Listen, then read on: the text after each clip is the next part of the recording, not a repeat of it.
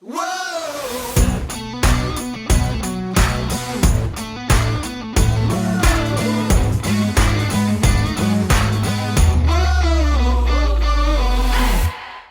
to the What's Our Verdict TV podcast, where we fashion ourselves television judge and jury. My name is JJ Carter. I'm here with my co-hosts Matt Senheiner. Better red than dead. And Alec Burgess. Let's get it. Do you ever find yourself wondering if you should take the time to set your TiVo to record a show each week, or invest hours into binging that show that all your friends are telling you to watch? Well, we're here to answer that question for you. We put TV shows on trial, discuss facts, pass judgment, and let you know our verdict. We appreciate your help growing the podcast. Go ahead and hit that follow, subscribe button. Tell a friend about us. If you're watching us on YouTube, again, hit the subscribe button, the bell notification, so you can keep up with all of our new TV episodes and our spoiler frees and everything that we put on here. So we appreciate that. Also, go to podchaser.com. Look up What's Our Verdict Movies or What's Our Verdict TV. Leave us a review on one or the other or both.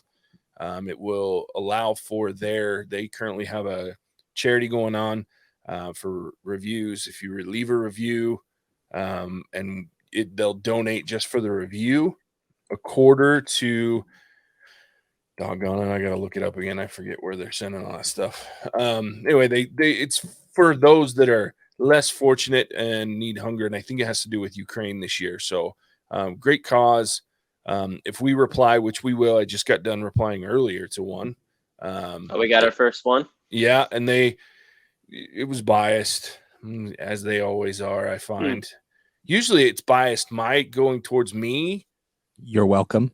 Yeah, so I'm like, man, I didn't like it because this time it's biased towards Alec. They said that, great podcast. I love Alec the best. I'm like, hold on. Thanks, Mom. Love you. So, yeah, there you go. So, yeah, we appreciate the review. I did reply. So that's 50 cents to this donation. So, yeah, it's a great cause, and it's easy to do.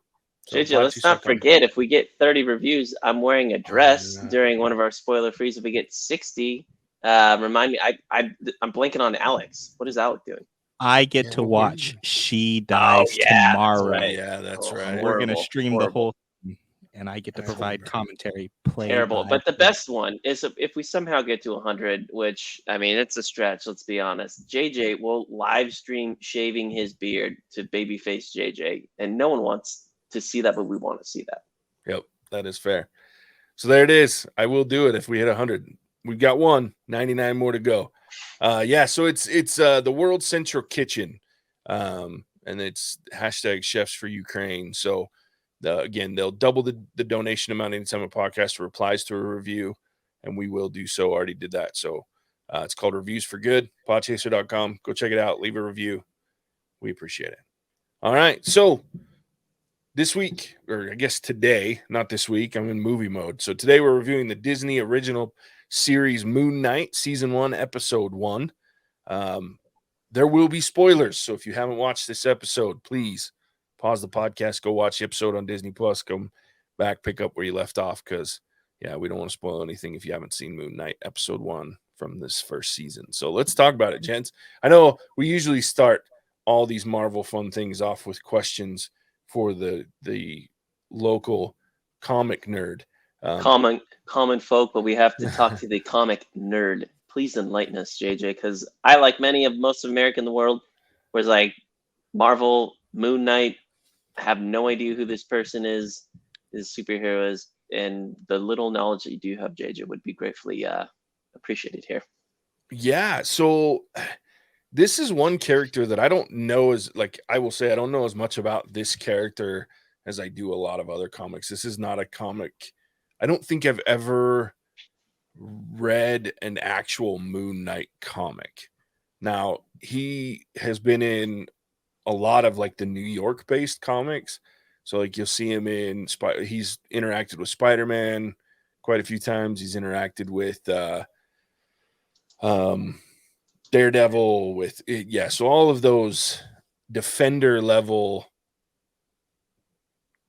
heroes, he's interacted with most of them. So I don't think I can't say that I've ever read a single Moon Knight comic, but I'll do my best to answer those questions. He's basically the one thing that's interesting about this character that I've been looking forward to is there are some serious mental health conversations that are able to be spawned in this particular series. It used to be incorrectly said that Moon Knight or Mark Spector, however you want to, Stephen Grant, whichever one you want to go with, suffered from schizophrenia, and he didn't. It's DID, dissociative identity disorder. And in the comics, he's got a number of identities. So I'm interested to see how many. So we see Stephen Grant, which is a weird play on that. He's actually in the comics a billionaire businessman. So I'm interested to see why he's I mean, probably it's just interest of story, but the whole London-based museum gift shop guy. And then he also has a taxi cab driver named Jake Lockley identity. And then there's a guy that was a consultant, Mr. Knight. And there's been images from like previews and things like that look like Mr. Knight will make an appearance. Now, I don't know if they're going to bring in the actual identity of Mr. Knight or if it's just one of the suits, because I don't know if you've seen it, but there's images without the hood and he's in like a suit and tie but he's still got the mask with the moon on his forehead. So that's a Mr. Knight version of Moon Knight. So it's an interesting take. And like I said, there should be, I hope there's some really interesting conversations that come from the mental health, piece of this character, because that is one interesting thing. But he does have his powers come from an Egyptian god, the god of the moon, named Khonsu. So fill us in on this villain that we were kind of introduced to, and he's got these scales, and it looks like he sucked the life out of that old lady. Someone else was deemed worthy, and I guess they become his followers. I don't know, what's that all about? Sure. So I know more about the goddess that he worships than himself, and that's Amit. And she's a demoness or a goddess in ancient Egypt. She's also referred to as the devourer of the dead. And so the thing with the scales is she will leave alone those that are deemed worthy. That's where this worthy thing comes in. She lets them continue on. If she finds them unworthy and they haven't, I don't know, because I haven't read anything about this particular villain in general in the comics side to know what the deeming unworthy entails, what it takes to be deemed unworthy, things like that. Because obviously, I mean, it can't be something, I can't imagine that old lady did anything too fucking terrible in her life living in that little city they were in, but who knows, the village. But it's I don't know where that's coming from, but that's where that whole basis of she's removing evil by devouring the unworthy. But who knows, that could all be a deception on her part for this guy, and she just wants souls. But that she's a soul eater, basically, is what I've read. So is there any significance to the glass and walking on it, or is that just he's the baddest dude on the block and that's how he proves it? Yeah, yeah, that one I don't know. I think that's just one of those weird oh God, what do they call cult things that he's just trying to show he's tough, because as far as I know, there's nothing. Because that intro had me cringing. What's Dan Brown's most famous mystery book? It's the Da Vinci Code, and they had that albino priest, and he did the self-harm stuff. And it's funny watching this with my wife. She's really intrigued. She's super bummed there wasn't already further episodes. We finished the first one. She's like, the next one? I was like, it's not out yet. She's like, what? I'm like, no. But she's a therapist, and I kind of got I take in psychology as a major, so I had to do a lot of these mental health classes. But I was getting it's been a while, so the difference between schizophrenia and multiple personalities. She kind of explained that to me again. Schizophrenia is about hearing voices and hallucinating, but you're still the same person. You're just basically souped up crazy. Whereas we saw with Steven, aka Mark, aka we don't even know all of his multiple personalities per se. That's why he goes in and out of these episodes and doesn't have any recollection, because he's literally got like 4 JJs in him, which Yeah. could be very scary because 1 JJ's enough. Yeah, I wouldn't want 4. I One did is like plenty. how they had him switch personalities, though. That was super cool. Where they kind of used that to cut and transition scenes between who was in control. Yeah. I really enjoyed that aspect of it. It made me chuckle several times. They Yeah, I definitely did a loved- good job in this, making this more spooky. I was reading a little bit about Jeremy Slater and the direction he wanted to make this more like on the darker side of what Marvel is currently. And I could see there was like elements of some horror in this, a little suspense, which I'm trying to think back in the MCU. I mean, I don't really think there's much of that at all. So it's kind of a unique take where I'm interested to see where they go with that. Yeah, from everything that I've heard, well, and what I do, the little I know about this character is it's a pretty dark character, even in the comics, and from what I He understand, killed a lot of people. well, yeah, well, and so Mark Spector, I failed to talk about that particular alter or ego, and that is that he was a former Marine, Mm-hmm. special service, like, yeah, I mean, special forces, like badass, which is why he's the version of Moon Knight that he is. And but yeah, I mean, it's an interesting, from what I understand, all the major review houses and the critics and things like that got the first 4 episodes they were able to watch early, so they were able to watch the first 4 to be able to review it, and then 5 and 6 was held off. But I've heard mixed reviews about 1 through 4, and then 5 and 6, what they're saying is the director came out and said, man, you're not prepared for 5 and 6. Like, it's dark, it's heavy. And they swapped. I don't know if you've noticed if you got into your Disney Plus recently, but you had to like agree to mature content. That this show is why it came out, why you had to do that now. So that, and they picked up the Daredevil and Punisher and all those Netflix series. Well, it's got to make fans excited. They get a little bit more on the gritty side. Yeah. So from what I've heard, well, we see it especially during that chase scene, and then at the end, like when he's beating down on whatever that creature was. Yeah. Multiple dead bodies. Like, you don't see that in the MCU where there's actual blood on the ground and dead bodies like laying around. In fact, that's like a DC thing. And one thing I have liked about the DC is they don't shy away from like, well, actually, this is what happens if you hurt someone. Like, we don't just gloss over that. Yeah. Well, I'm offended. How do we get on that early episode list, JJ? Dude, I wish, man. I'm hoping maybe one day we'll be cool enough. If we get 100 reviews there. I will say one of the things that bothered me about this show is, guys, what's wrong with the CGI? It was horrible. Yeah. It was so bad.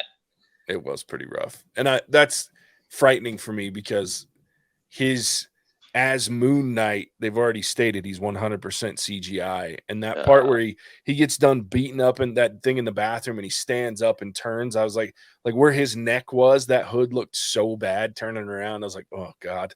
Like the bullet holes in the cupcake truck, and like just even the car chase where they were putting it through the window.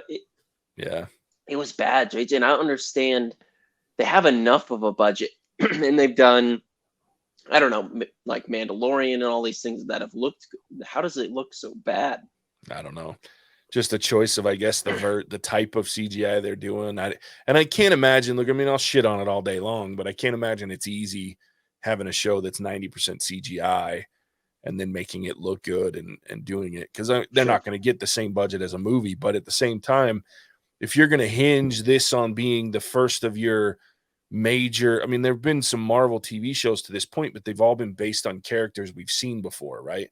So they're characters that come from the movie universe and things that we already had buy-in for. So you didn't really have to work that hard. It was just a continuation of things that we'd already loved and seen. This is the first time that you're really getting a taste of something new in the Marvel Cinematic Universe through Disney Plus. And so it's like, don't fuck this up. And the CGI does look rough. That's my biggest complaint. I did like the way that they were in and out with the personalities. My other complaint was that did get a little jarring. Like, they did it so many times that I'm like, okay, I'm ready to see. And I realize they're saving it for the big finale, but man, it was jarring for me a couple of times. I'm like, oh geez, here we go again. It's going to be a big time skip. The idiot's back in charge. Yeah. Now, don't get me wrong, Konsu, dude, to him talking shit on Stephen Grant was great. Like that If he whole doesn't give battle. the body back, I will kill you both. Yeah. So good. Is that Liam Neeson's voice? No. Oh, I can't remember the guy's Sounded name. like him. It does sound very similar. Oh shit, what's his name? F. Murray Abraham. No idea who that is. All right. So Well, you sound like Liam Neeson. you'd know if I can't think of what he's in. He's an old guy. He's been in a ton of shit. Oh, why can I not? I'm just worried. I don't want him to turn into, like Venom, that level, that style, where it didn't. It was fine, but I'm like they're towing the line where if you lean too much into it, too sarcastic and such, Venom was just a total turn off. Oh, for sure. Yeah, I'm not. That's everybody knows how I feel about Venom on this podcast. So I'm trying to think of what this guy was in. You'd know him as soon as I showed you a picture. But yeah, he's a pretty big actor comparatively, but he does a lot of he's not like a leading actor. He does a lot of supporting stuff, but you'd know him. F. Murray Abraham's who the voice is, which is a good choice, I think. Interesting. I'm just glad they didn't do it with Oscar Isaac, because I think that's one of the things, because he's a completely different entity within this conversation that's happening within Mark Spector, Stephen Grant, whoever you want to, but so to have a different voice and a different actor altogether, I think was a smart choice for that, because it differentiates. It's different enough, because that's one of the issues that I have with Venom so with Venom, Tom Hardy voiced Venom. So he has some of the same vocal mannerisms and pauses and things like that match up with the actual character, Eddie Brock, as opposed to, so it was so similar that it bothered me, because I could tell who was doing it from jump. With this one, it's so different. You can tell that this guy's injecting himself in the conversation, going, I am not part of your DID world. I am a completely different entity, and I don't give a shit what's going on with you guys. So I like that. Get your shit together and give me my scarab beetle. Yeah. No, I can get behind that kind of business plan. Yeah. I will say Ethan Hawke, man, I liked him as Arthur, the bad guy. He was just kind of calm and chilling, and a different side of Ethan Hawke that you don't usually. Yeah, he was good. My brain always goes to 90s Ethan Hawke, because that's what I grew up with. And so I'm like, ooh, every time I see him in anything these days, I'm like, really? But he's doing different shit, and I like that. So I'm excited for the future of Moon Knight. What are his powers? I know he gets more powerful with the phases in the moon, but like, what is his MO there? Not sure. I know, and you kind of saw him at the end of that fight. He gets these, so out of the moon symbol in his chest, he can pull these like moon-shaped weapons, that are they're brutal. They're sharp. They're like they slicey. Yeah, they're like a quarter moon, or like can't remember the name. Probably work in the deli. But yeah, exactly. So each end, it's like a point of a knife coming out of the both sides of his fist. So it gets pretty brutal. But I don't know, like, I know he's got super strength, and he's got because I know he can jump pretty far. He like jumps rooftops and shit like that in the comics. But I don't know exactly what his actual powers are outside of that, to be honest with you. I just don't know enough about him. I wish I did. I'm gonna have to do more research. Might have to read some comics after this. So, as a very lukewarm Marvel fan, is there any specific reason why they chose to use Moon Knight as kind of their first initial TV series, or did they just kind of reach into a hat and scribble about a bunch of names, pick one out, and go with that? I think part of it is even though it was never my thing, being a huge comic nerd, not that I'm the, end all be all of that shit, but he's something like the 89th greatest comic book based on sales numbers and things like that. Like, so, he's pretty top on the list. And then like, there was some study, or I don't want to say study, make it sound like it's fucking scientific or something, but he was part of the Avengers. at some point.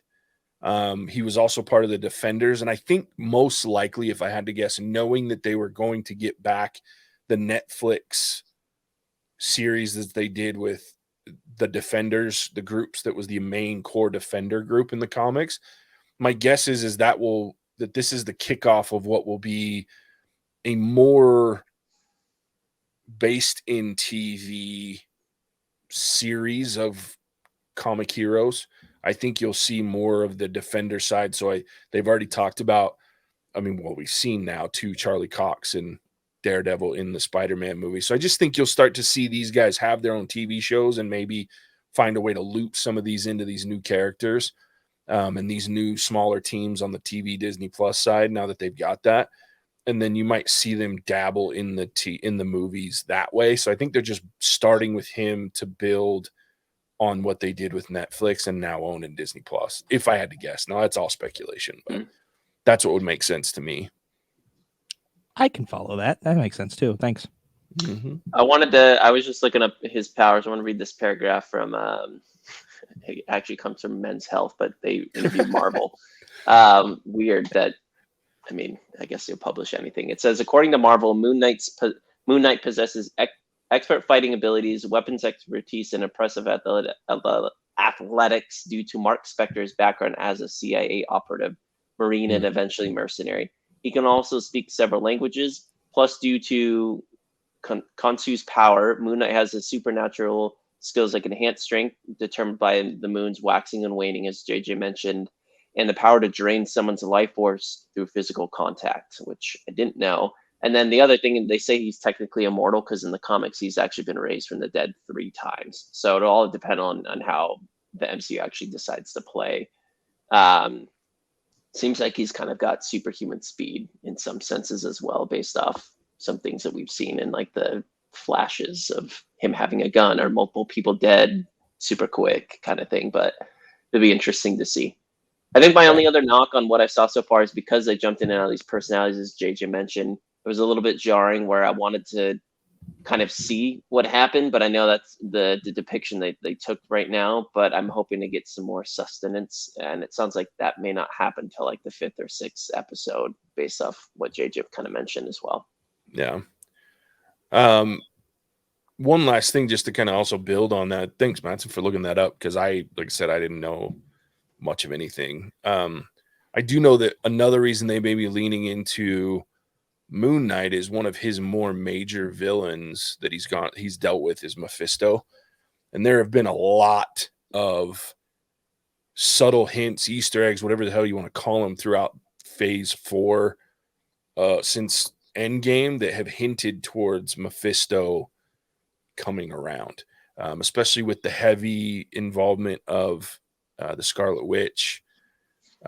She also deals a lot with Mephisto due to the fact that the book that she has. And so I'm have a feeling that depending on how we lean into this, because with Doctor Strange coming up next month, he also deals a lot with Mephisto because of the dark arts and everything else. Mephisto. So Mephisto, I think it might be just in a tie-in to phase 4 if Mephisto becomes a major villain. I don't think he'll be the next big bad, but I think he'll be in one of these smaller level big bads, because I think Kang, the Conqueror is going to be the next big bad, I think. Write it down. JJ's prediction for the next big bad, Kang the Conqueror. He was definitely in the Loki series. That's who. I don't know if you've seen the Loki series, but the guy at the end that they have the conversation with that they end up, spoiler alert, killing. That's of a variant of Kang the Conqueror. He's just not an asshole like Kang the Conqueror. Mm-hmm. He is kind of an asshole. He's just not the same level of asshole as Kang the Conqueror. So,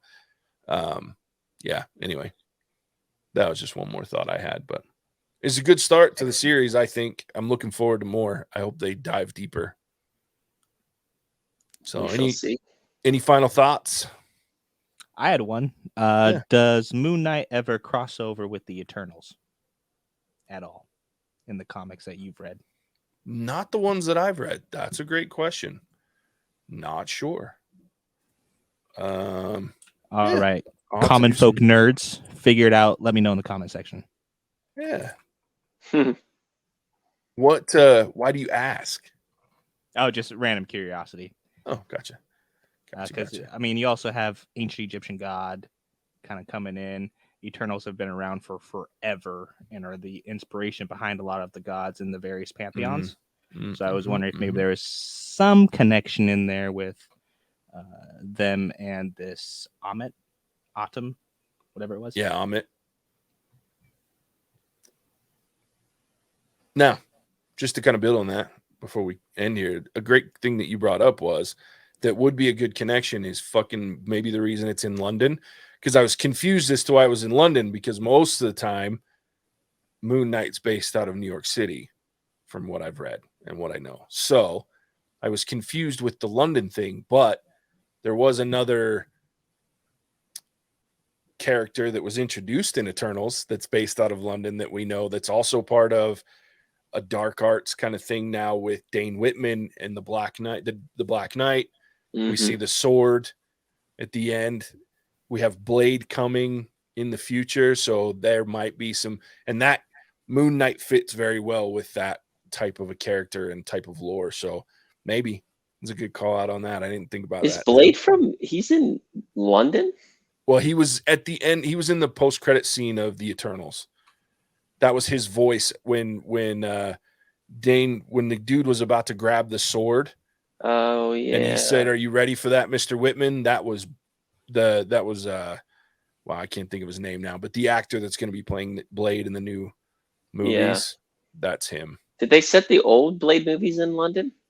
No, I don't those were remember that. There was one in Russia. I don't know if they ever actually stated exactly where those were. Okay, that just makes me feel better because I was thinking the only one was I don't remember that ever being in London. No, Blade's not the comic. Most of the time, the Blade comics were definitely in the States, but he traveled a lot just due to the fact that vampires are everywhere, apparently. Damn. I was a little disappointed that Moon Knight did not have any werewolves. Me too. That was the one thing because that's what everybody in the preview thought, that he was going to be beating its ass in the bathroom, because that's the comic he was introduced in, was the Werewolf by Night. And they're doing a special called Werewolf by Night based on that comic on Disney Plus. So I was like, oh, they're going to introduce Werewolf by Night because they could have, but no. It was some weird Sphinx something or other. I don't know what the fuck you call those, but it was ugly.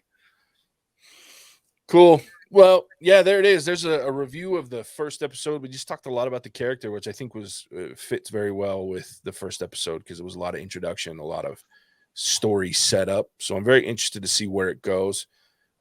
Looking forward to Wednesdays. We'll continue to review these episodes as they come out. We'll release them the Tuesday following. So it'll be the Tuesday right before the next episode comes out. So keep an eye on that. Yeah, Mattson, tell them where else they can find us. Yeah, don't forget, first and foremost, drop that review on Podchaser, right, JJ? Yep, definitely. So you can donate to a good cause with Ukraine, but also see me wear a dress, watch little old Alec watch the worst movie we've ever reviewed in She Dies Tomorrow, or see JJ shave his beard completely. So we need to get to 100 reviews for that to happen. But check us out at What's Our Verdict for our normal movies and such that we release weekly. What's Our Verdict TV for some of our past things, and going to be a lot more TV coming up as well. And JJ, remind our audience the other thing that you all are working on in relation to D&D. Yeah, so this coming Friday, which will be the 7th, April 8th. Sorry, April 8th. Jeez, April 8th. The days are all bleeding together. April 8th, we're going to release an episode where Alec and Casey and I are talking about The Legend of Vox Machina on Amazon. So it's a great show, even if you're not into D&D. If you like vulgar, violent cartoons, game on. It's all of that and more, plus some fun D&D. If you're into D&D or you watch Critical Role, a lot of fun Easter eggs there that I'm sure we'll get into as we talk. But it'll be a long episode. There's 12 episodes. We're going to talk about the whole first season in one go. And again, that'll come out on the TV side on the 8th. So busy week for movies, TV. It's exciting. And then next Tuesday we'll cover next Tuesday you'll have an episode for season 2, so or episode 2. We got a lot going on right now. It's extremely exciting. So if you get confused, easiest places to check is whatsyourverdict.com, and then Instagram and Facebook. We'll have a couple more posts coming out than we normally do, trying to get things ramped up again. So come in and chime in and let us know what you thought. And then if you have any questions about Moon Knight or things, we will do research before next episode. We're prepared, so feel free to drop them in the comments and such, and we'll do our best to answer. Yeah, we're excited to get back into the TV swing of things. We'll try to keep that consistent as more stuff continues to come out, and so excited for that. Yeah, there it is. We appreciate you tuning in. We'll catch you on the next one. Bye. Cinemagic out. Whoa!